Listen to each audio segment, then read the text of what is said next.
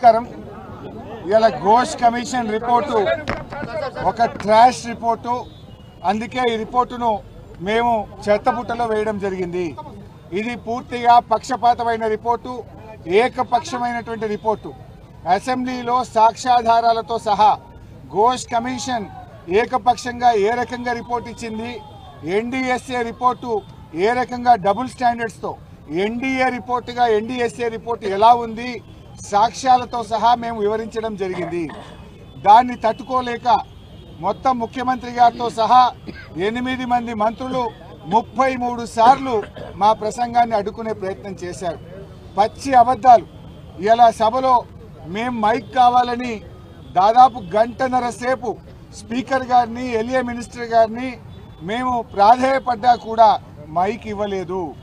ఇవాళ మీరు ఏంది ఆదివారం రోజు అసెంబ్లీ పెట్టి ఎక్కడ ఈ రిపోర్టు కోర్టులో కొట్టుడు పోతుందో అని హడావిడిగా పెట్టి బురద జల్లే కార్యక్రమానికి ఇవాళ ప్రభుత్వం దిగింది. నిజంగా చర్చ మీద మీకు నిజాయితీ ఉంటే ఎందుకు మాకు మైక్ ఇవ్వలేదు? మైక్ ఇస్తే మీకు వచ్చిన ఇబ్బంది ఏందని నేను అడుగుతా ఉన్నా. బట్టి విక్రమార్క గారు ఇందాక లాస్ట్లో మాట్లాడుతూ అంటున్నాడు 10 సంవత్సరాల బీఆర్ఎస్ హయాంలో 1 ఎకరానికి నీళ్ళు ఇవ్వలేదట. నేనేం ఛాలెంజింగ్ బట్టి విక్రమార్క గారు, మీరు ఒకవేళ మా ఛాలెంజ్ను స్వీకరిస్తే నేను శాసన సభ్యత్వానికి రాజీనామా చేసి మళ్ళీ పోటీ కూడా చేయను. మీరు ఉప ముఖ్యమంత్రి పదవికి రాజీనామా చేస్తారా అని నేను ఛాలెంజ్ విసిస్తా ఉన్నా. బీఆర్ఎస్ హయాంలో 17 లక్షల ఎకరాలకు మేము నీళ్ళు ఇచ్చాము. మీరు 1 ఎకరానికి ఇవ్వలేదని మాట్లాడతారా? దమ్ముంటే అసెంబ్లీలో ఎవరు అబద్ధాలు మాట్లాడుతున్నారు? మళ్ళీ అంటాడు మొత్తం బీఆర్ఎస్ తప్పుడు మాట్లాడింది. తప్పుడు మాట్లాడడం మీరు, 1 ఎకరానికి నీళ్ళు ఇవ్వలేదని అబద్ధం ఆడింది మీరు. ఇవాళ 17 లక్షల ఎకరాల కొత్త ఆయకట్టుకు ఇచ్చాం, 20 లక్షల ఎకరాలు స్టెబిలైజేషన్ చేశాం, 37 లక్షల ఎకరాలకు బీఆర్ఎస్ ప్రభుత్వం నీళ్ళు ఇస్తే 1 ఎకరానికి ఇవ్వలేదని మాట్లాడతారా? అంతేకాదు ప్రాజెక్టులను చీల్చి చెండాడారు, ఎక్కడ ఏం చేయలేదంటారు.